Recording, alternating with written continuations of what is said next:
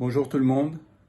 Avant de regarder la vidéo, je voulais juste répondre à une question que plusieurs personnes d'entre vous me l'a posée par rapport au lien de la pétition sur mes vidéos YouTube. En fait, le lien n'est pas visible pour plusieurs personnes d'entre vous, surtout ceux qui regardent les vidéos sur leur smartphone. C'est vrai que c'est pas évident, je voulais juste vous montrer. Donc imaginons la vidéo, elle est là. Il faut aller sur cette flèche. Et là, ça déroule le lien de la pétition. C'est vrai que le lien, initialement, il est fermé. Il faut aller là, tac, et là, vous avez le lien qui vous emmène directement sur la pétition. Voilà. Bon visionnage. Ça tourne.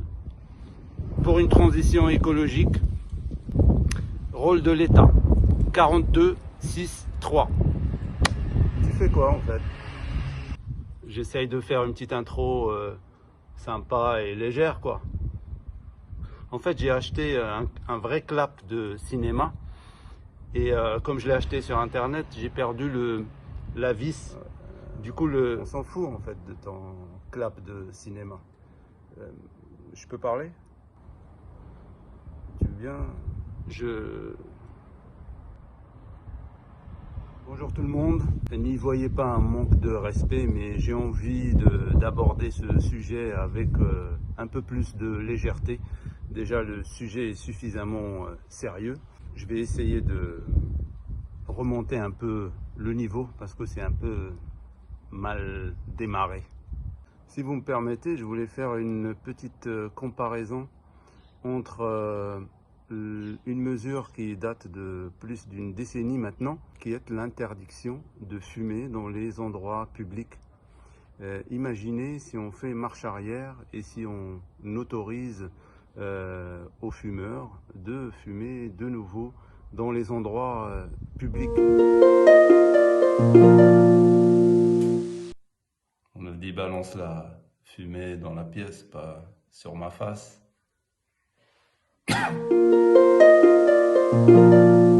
Et dans les milieux clos, on est tous conscients aujourd'hui, fumeurs et non-fumeurs, de l'intérêt de ne pas fumer dans un endroit clos. Parce que le fait d'inhaler la fumée à plusieurs reprises, qu'on soit fumeur ou non-fumeur, c'est très nocif pour nos poumons et pour notre santé. Et bien de la même façon, notre actuel mode de vie, et j'aimerais bien utiliser la façon la moins culpabilisante et la moins pointeuse de doigts, mais à un moment il faut appeler un chat, notre actuel mode de vie est non seulement nocif pour le climat, mais il est nocif pour le vivant de façon générale, et nous faisons partie du vivant. Et pendant des décennies, un fumeur, par exemple, dans les années 60, 70, 80, considéré comme une liberté personnelle de fumer, que ce soit dans un lieu public ou pas. Mais au fil du temps, on a réalisé que cette liberté-là, elle est nuisible à la personne et à l'autre surtout. Du coup, l'interdiction est tombée progressivement, mais elle est tombée de façon radicale. On n'a pas fait un sondage. Alors, est-ce que les fumeurs sont d'accord, les non-fumeurs sont d'accord, est-ce que la majorité est d'accord ou pas? Du moment qu'on a réalisé et qu'on a prouvé par A plus B que la cigarette dans un lieu clos est nocive, elle a été interdite. On s'en fout de est-ce que c'est la majorité qui est d'accord ou pas. C'est exactement la même chose concernant l'actuel mode de vie. Une personne qui a les moyens de le faire, elle ne peut pas dire au nom de la liberté, j'ai le droit d'acheter la grosse cylindrée, j'ai le droit de prendre l'avion 36 000 fois par an. Non, parce que maintenant c'est prouvé que ce mode de vie-là, que cette façon de consommer, de se transporter, elle est nuisible pour le vivant. Et juste avant d'aborder le rôle de l'État, je voulais juste partager un sentiment que j'ai, un sentiment de fierté d'être citoyen français. C'est une énorme fierté. Et je pense que si la France rate ce rendez-vous avec l'histoire par rapport à une transition écologique, c'est pas que c'est foutu, Mais l'humanité mettra beaucoup plus de temps pour faire cette transition qui nous attend et qui va s'imposer à nous. Ce n'est pas le Brésil de Bolsonaro qui va le faire, ce n'est pas les États-Unis de Trump, ce n'est pas la Turquie d'Erdogan, ce n'est pas la Russie, ce n'est pas la Chine, ce n'est pas l'Inde qui a soif de progrès, de croissance et de richesse qui vont faire cette transition écologique. Et nous n'avons pas à rougir, nous Français. Je reviens à ma fierté de tout à l'heure. Nous sommes 65 millions de gens et notre économie se compare à des pays qui font 1,5 fois, 2 fois, 3 fois, jusqu'à 20 fois par rapport à la Chine, 20 fois notre taille. Il y a de quoi être fier. La France pèse dans le monde. J'en suis beaucoup moins fier, mais nous avons l'arme nucléaire. C'est dissuasif, qu'on le veuille ou pas. Je ferme la parenthèse. Au niveau de la scène internationale, un pays qui a l'arme nucléaire pèse. Nous sommes un membre du Conseil de sécurité des Nations Unies.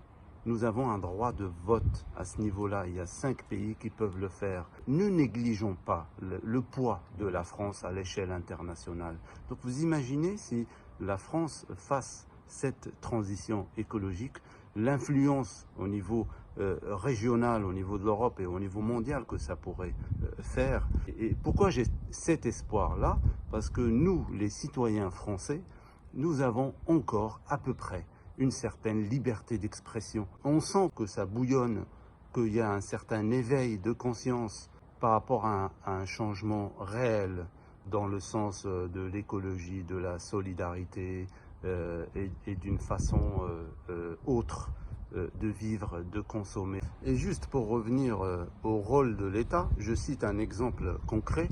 Le fait qu'un citoyen décide de prendre moins l'avion, je suis conscient que ça impactera d'autres citoyens qui travaillent dans l'industrie aéronautique, qui travaillent dans les compagnies aériennes. Ça pourrait, et ça mathématiquement, ça a engendré des chômages, des licenciements massifs. Et le rôle de l'État, il vient là pour protéger ces citoyens-là. Comment? Très concrètement, en encourageant et en incitant les industries aéronautiques de trouver la relève du kérosène. Par exemple, d'inciter ces compagnies aériennes d'essayer de compenser l'impact carbone en plantant des arbres. Et c'est là où on va réaliser que le monde entier est concerné. C'est comme ça qu'on pourrait faire pression sur un taré comme Bolsonaro qui est en train de couper et de massacrer l'Amazonie. Juste un exemple par rapport à une éventuelle relève du kérosène, la motorisation à hydrogène est possible. Il faut savoir que depuis les années 60, toutes les fusées qui quittent la Terre, leur propulsion, elle se fait grâce à l'hydrogène. Et cette énergie, elle est propre, sauf quand l'hydrogène est mélangé avec du caoutchouc ou autre. Mais sinon, la propulsion à hydrogène pur, elle est propre, écologiquement parlant. C'est une piste. Il y en a certainement d'autres. Moi, je reste persuadé et je reste intimement convaincu que l'humanité qui vit dans une époque où l'humain est capable de créer de la vie, on clone de la vie. Ne me dites pas qu'on trouverait des difficultés à remplacer le pétrole. C'est juste pas possible. Ça ne me rentre pas là-dedans. Exemple, la synthèse du pétrole à partir d'algues.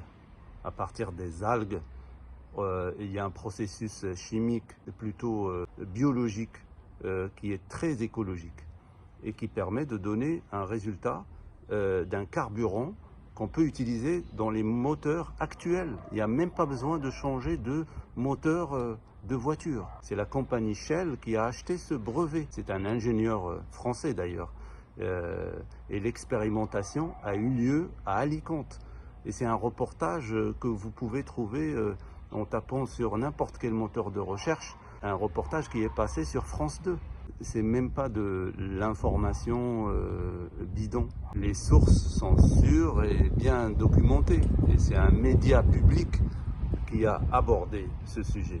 Tout ça pour dire qu'il y a une volonté qui crève les yeux d'aller jusqu'à la dernière goutte du pétrole. C'est dangereux ce que tu racontes. Ne l'écoutez pas. Hein. Il ragote des fois, il n'a pas toute sa tête. Il est sous tutelle. Et il est mineur. Tu vas pas te faire que des amis. Tu finiras écrasé par un camion ou par un avion. Par un avion.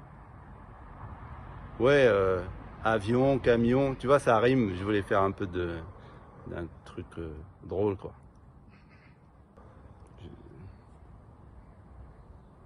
Désolé, décidément, c'est pas aujourd'hui que je vais relever le niveau. Je vais essayer de faire un effort la prochaine fois. Je pense que je vais m'arrêter là. Je vais rester sur des généralités et j'aborderai un peu plus en détail la place de l'État dans cette révolution et transition écologique qui nous attend. Portez-vous bien et belle soirée à vous. À bientôt.